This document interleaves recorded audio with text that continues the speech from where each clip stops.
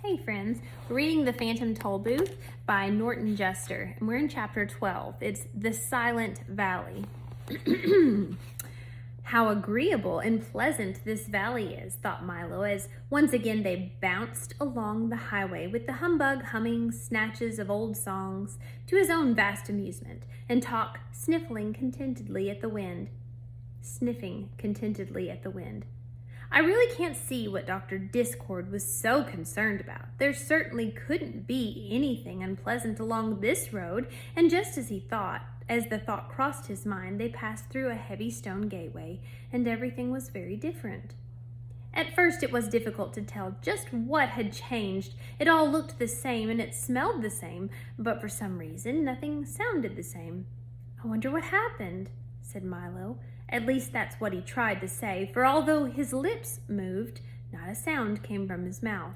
And suddenly he realized what it was, for Talk was no longer ticking, and the humbug, although happily singing, was doing so in complete silence.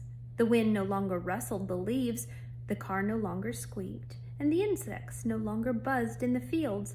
Not the slightest thing could be heard, and it felt as if in some mysterious way a switch had been thrown, and all the sound in the world had been turned off at the same instant.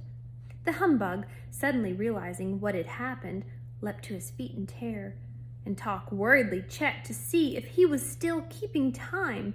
It was certainly a strange feeling to know that no matter how loudly or softly you chatted or rattled or bumped, it all came out at the same way, as nothing. "How dreadful," thought Milo as he slowed down the car. The three of them began to talk and shout at once with absolutely no result until, hardly noticing where they were going, they had driven into the midst of a large crowd of people marching along the road.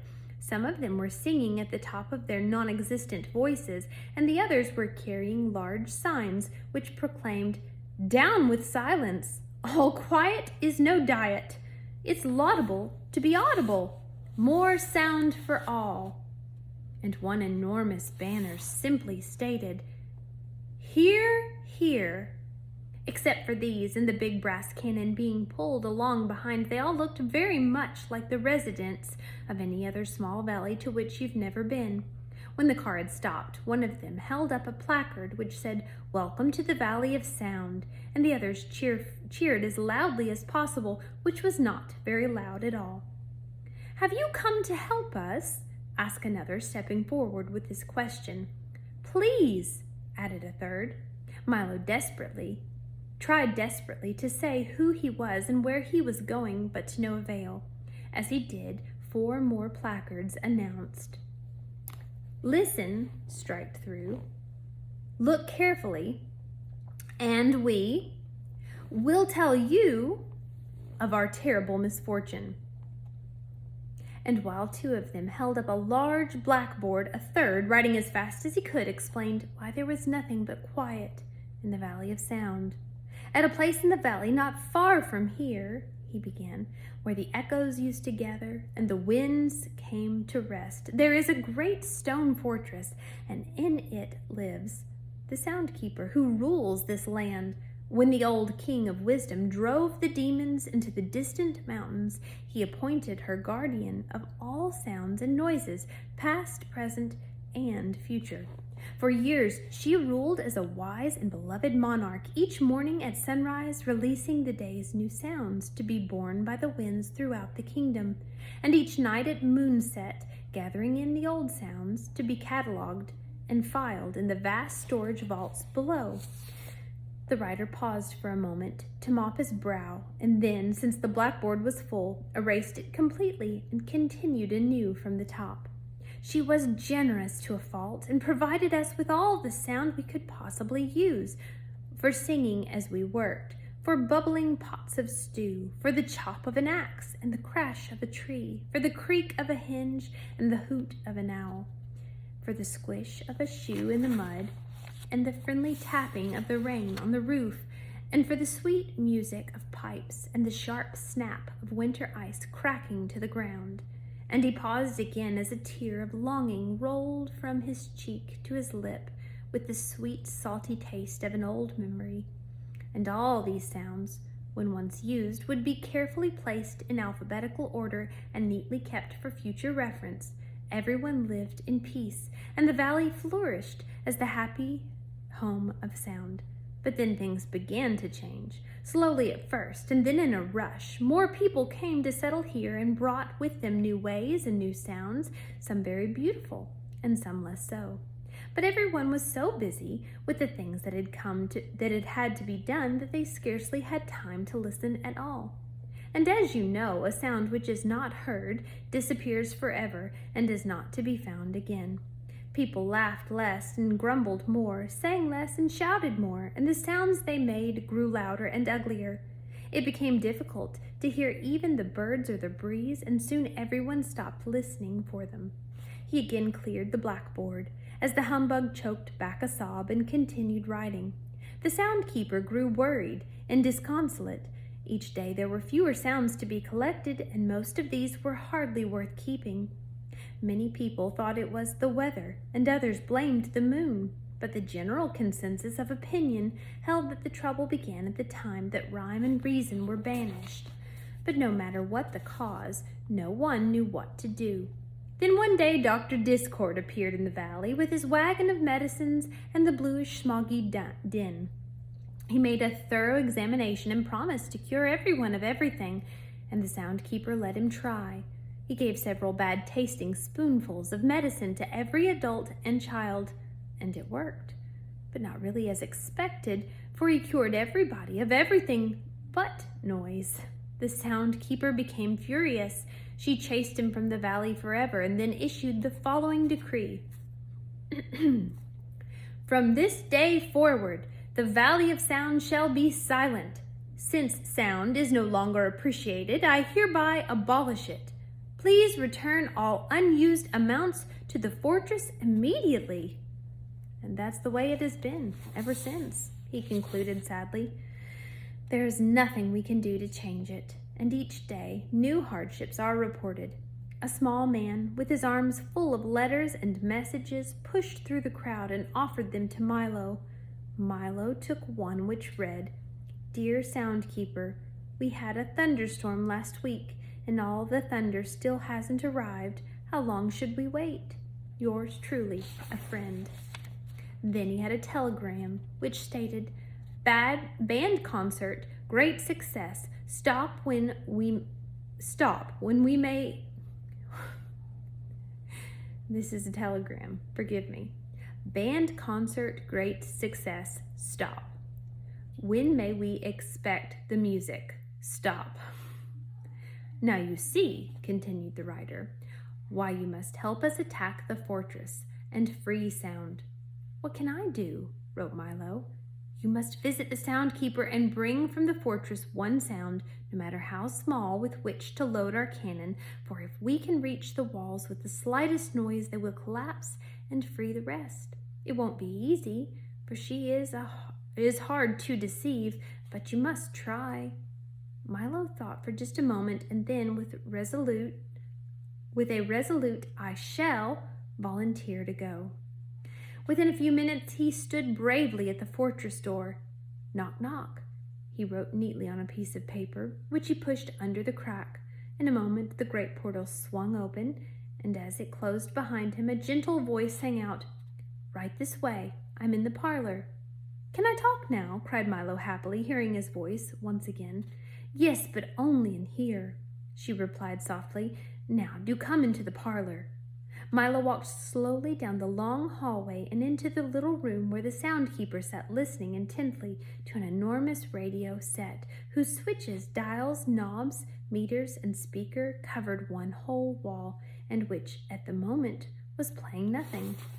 Isn't that lovely? She sighed. It's my favorite program.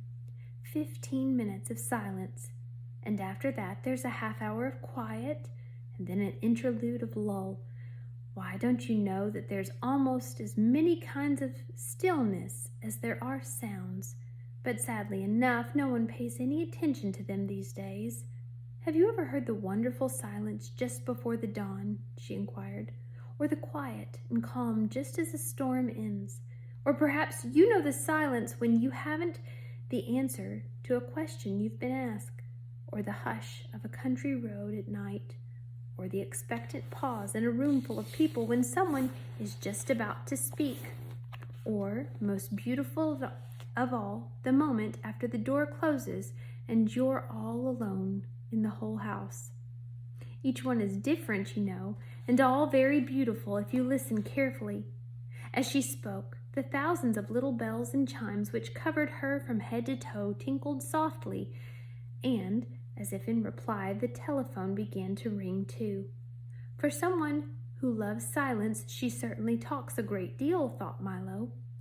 At one time, I was able to listen to any sound made any place at any time, the soundkeeper remarked, pointing towards the radio wall, but now I merely— "Pardon me," interrupted Milo as the phone continued to ring, "but aren't you going to answer it?"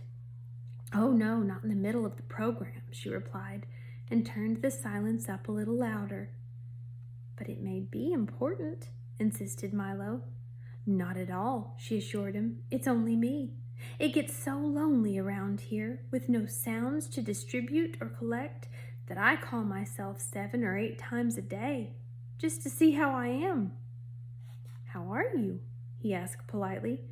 "Not very well, I'm afraid. I seem to have a touch of static," she complained.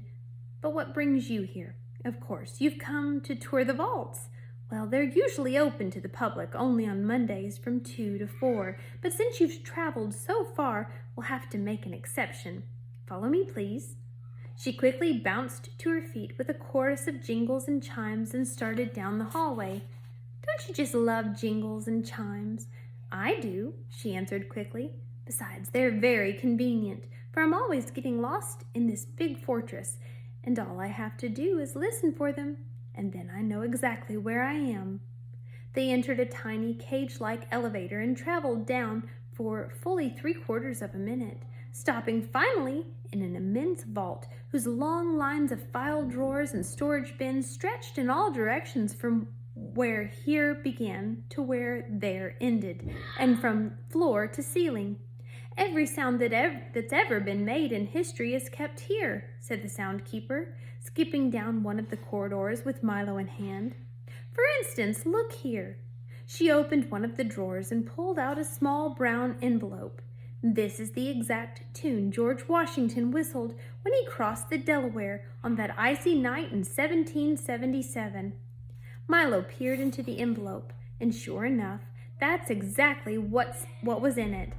"But why do you collect them all?" he asked as she closed the drawer.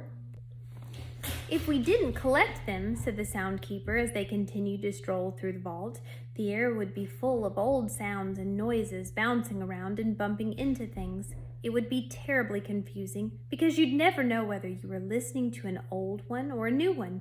Besides, I do like to collect things, and there are more sounds than almost anything else. Why, I have everything here, from the buzz of a mosquito 1,000,000 years ago to what your mother said to you this morning. And if you come back here in 2 days, I'll tell you what she said tomorrow. It's really very simple. Let me show you. Say a word. Any word." "Hello," said Milo, for that was all he could think of. "Now, where do you think it went?" she asked with a smile. "I don't know," said Milo, shrugging his shoulders. "I always thought that—" "Most people do," she hummed, peering down one of the corridors. "Now, let me see. First, we find the cabinet with today's sounds. Ah, here it is. Then we look under G for greetings, then under M for Milo, and here it is. It's already in its envelope. So you see, the whole system is quite automatic. It's a shame. We hardly use it anymore." "That's wonderful," gasped Milo. "May I have one little sound as a souvenir?" "Certainly," she said with pride, and then immediately thinking better of it, added, "Not. And don't try to take one because it's strictly against the rules." Milo was crestfallen. He had no idea how to steal a sound, even the smallest one, for the soundkeeper always had at least one eye carefully focused on him. "Now for a look at the workshops," she cried, whisking him through another door and into a large abandoned laboratory full of old pieces of equipment, all untended and rusting. "This is where we used to invent the sounds," she said wistfully. Do they have to be invented? Asked Milo, who seemed surprised at almost everything she told him. I thought they just were. No one realizes how much trouble we go through to make them, she complained. Why, at one time this shop was crowded and busy from morning to night. But how do you invent a sound? Milo inquired. Oh, that's very easy, she said. First, you must decide exactly what the sound looks like, for each sound has its own exact shape and size. Then you make some of them here in the shop and grind each one 3 times into an invisible powder and throw a little of each into the air every time you need it. But I've never seen a sound, Milo insisted. You never see them out there, she said, waving her arm in the general direction of everywhere, except every once in a while on a very cold morning when they freeze. But in here, we see them all the time. Here, let me show you. She picked up a padded stick and struck a nearby bass drum 6 times. 6 large, woolly, fluffy cotton balls, each about 2 feet across, rolled silently out onto the floor. You see, she said, putting some of them into a large grinder. Now listen. And she took a pinch of the invisible powder and threw it into the air with a boom, boom, boom, boom. Do you know what a hand clap looks like? Milo shook his head. Try it, she commanded. He clapped his hands once, and a single sheet of clean white paper fluttered to the floor. He tried it 3 more times, and 3 more sheets of paper did the very same thing. And then he applauded as fast as he could, and a great cascade of papers filled the air. Isn't that simple? And it's the same for all sounds. If you think about it, you'll soon know what each one looks like. Take a laughter, for instance, she said, laughing brightly, and 1,000 tiny, brightly colored bubbles flew into the air and popped noiselessly. Or speech, she continued. Some of it is light and airy, some sharp and pointed, but most of it, I'm afraid, is just heavy and dull. How about music? Asked Milo excitedly. Right over here. We weave it on our looms. Symphonies are the large, beautiful carpets with all the rhythms and melodies woven in. Concertos are these tapestries, and all the other bolts of cloth are serenades, waltzes, overtures, and rhapsodies. Then we also have some of the songs that you often sing, she cried, holding up a handful of brightly colored handkerchiefs. She stopped for a moment and said sadly, we even had one section over there that did nothing but put the sound of the ocean into seashells. This was once such a happy place. Then why don't you make sound for everyone now? He shouted so eagerly that the sound keeper leapt back in surprise. Don't shout so, young man. If there's one thing we need more of around here, it's less noise. Now, come with me and I'll tell you all about it, and put that down immediately. Her last remark was directed toward Milo's efforts to stuff one of the large drum beats into his back pocket. They returned quickly to the parlor, and when the sound keeper had settled herself in a chair and carefully turned the radio to a special hour of hush, Milo asked his question once again, in a somewhat lower voice. It doesn't make me happy to hold back the sounds, she began softly, for if we listen to them carefully, they can sometimes tell us things far better than words. But if that is so, asked Milo, and he had no doubt that it was, shouldn't you release them? Never, she cried. They just use them to make horrible noises which are ugly to see and worse to hear. I leave all that to Dr. Discord and that awful, awful din. But some noises are good sounds, aren't they? He insisted. That may be true, she replied stubbornly, but if they won't make the sounds that I like, they won't make any. But, he started to say, and it got no further than that. For while he was about to say that he didn't think that was quite fair, a thought to which the obstinate soundkeeper might not have taken kindly, he suddenly discovered the way he would carry his little sound from the fortress. In the instant between saying the word and before it sailed off into the air, he had clamped his lips shut, and the "but" was trapped in his mouth, all made but not spoken. Well, I mustn't keep you all day, she said impatiently. Now turn your pockets out so that I can see that you didn't steal anything, and you can be on your way. When he had satisfied the soundkeeper, he nodded his farewell, for it would have been most impractical to say thank you or good afternoon, and raced out the door. And that was chapter 12.